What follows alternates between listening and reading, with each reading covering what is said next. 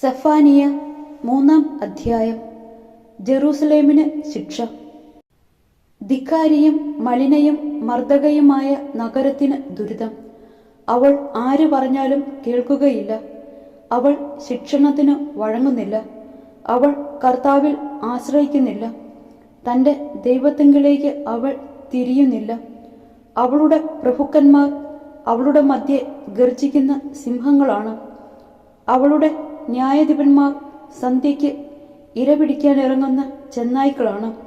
അവ പ്രഭാതത്തിലേക്ക് ഒന്നും ശേഷിപ്പിക്കുന്നില്ല. അവളുടെ പ്രവാചകന്മാർ ദുർമാർഗികളും അവിശ്വസ്തരുമാണ്.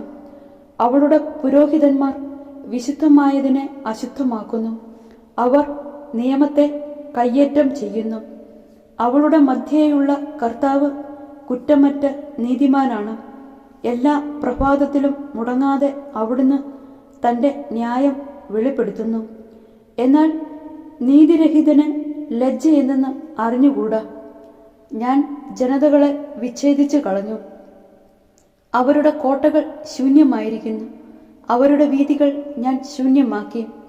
അതിലെ ആരും കടന്നുപോകുന്നില്ല. അവരുടെ പട്ടണങ്ങൾ വിജനമാക്കപ്പെട്ടിരിക്കുന്നു. ഒരുവൻ പോലും അവിടെ വസിക്കുന്നില്ല. തീർച്ചയായും അവൾ എന്നെ ഭയപ്പെടും. അവൾ ശിക്ഷണം സ്വീകരിക്കും. ഞാൻ അവളുടെ മേൽ വരുത്തിയ ശിക്ഷകൾ അവൾ കാണാതെ പോവുകയില്ല എന്ന് ഞാൻ പറഞ്ഞു. എന്നാൽ കൂടുതൽ ദുഷ്പ്രവർത്തികൾ ചെയ്യാൻ അവർ ഉത്സുകരായതേ ഉള്ളൂ. കർത്താവ് അരുളി ചെയ്യുന്നു. അതുകൊണ്ട് സാക്ഷ്യം വഹിക്കാൻ ഞാൻ വരുന്ന ദിവസം വരെ എന്നെ കാത്തിരിക്കുക. എൻ്റെ രോക്ഷവും കോപാഗ്നിയും വർഷിക്കാൻ ജനതകളെയും രാജ്യങ്ങളെയും ഒരുമിച്ച് കൂട്ടാൻ ഞാൻ തീരുമാനിച്ചു കഴിഞ്ഞു. അസഹിഷ്ണുവായ എൻ്റെ ക്രോധാഗ്നിയിൽ ഭൂമി മുഴുവൻ ദഹിക്കും. രക്ഷയുടെ വാഗ്ദാനം. കർത്താവിൻ്റെ നാമം ജനതകൾ വിളിച്ചപേക്ഷിക്കാനും ഏകമനസ്സോടെ അവിടുത്തേക്ക് ശുശ്രൂഷ ചെയ്യാനും വേണ്ടി അന്ന് ഞാൻ അവരുടെ അധരങ്ങളെ ശുദ്ധീകരിക്കും. എത്യോപ്യയിലെ നദികൾക്കപ്പുറത്തു നിന്ന് എൻ്റെ അപേക്ഷകർ, എൻ്റെ ജനത്തിൽ നിന്ന് ചിതറിപ്പോയവരുടെ പുത്രിമാർ എനിക്ക് കാഴ്ചകൾ കൊണ്ടുവരും. നീ എന്നെ ധിക്കരിച്ച് ചെയ്ത പ്രവൃത്തികൾ നിമിത്തം നിന്നെ ഞാൻ അന്ന് ലജ്ജിതനാക്കുകയില്ല. എന്തെന്നാൽ നിന്റെ മധ്യേ നിന്ന് വൻപു പറയുന്ന അഹങ്കാരികളെ ഞാൻ നീക്കിക്കളയും. നീ എൻ്റെ വിശുദ്ധഗിരിയിൽ വെച്ച് ഒരിക്കലും അഹങ്കരിക്കുകയില്ല. ഞാൻ നിന്റെ മധ്യത്തിൽ വിനയവും എളിമയും ഉള്ള ഒരു ജനത്തെ അവശേഷിപ്പിക്കും. അവർ കർത്താവിൻ്റെ നാമത്തിൽ അഭയം പ്രാപിക്കും.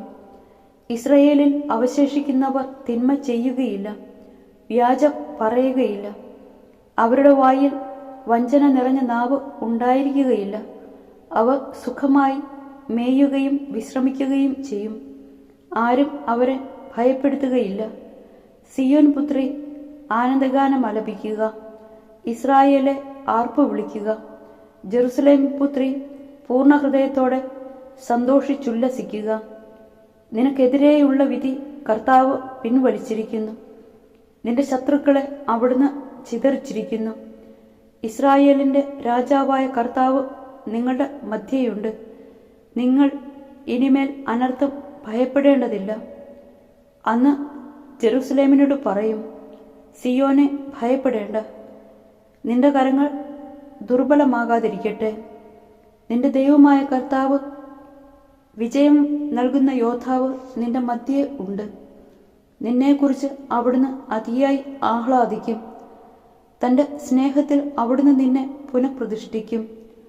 ഉത്സവദിനത്തിലെന്ന പോലെ അവിടുന്ന് നിന്നെക്കുറിച്ച് ആനന്ദഗീതം മുതിർക്കും. ഞാൻ നിന്നിൽ നിന്ന് വിപത്തുകളെ ദൂരീകരിക്കും. നിനക്ക് നിന്ദനമേൽക്കേണ്ടി വരികയില്ല. നിന്റെ മർദ്ദകരെയെല്ലാം അന്ന് ഞാൻ ശിക്ഷിക്കും. പുറന്തള്ളപ്പെട്ടവരെ ഞാൻ ഒരുമിച്ച് കൂട്ടും.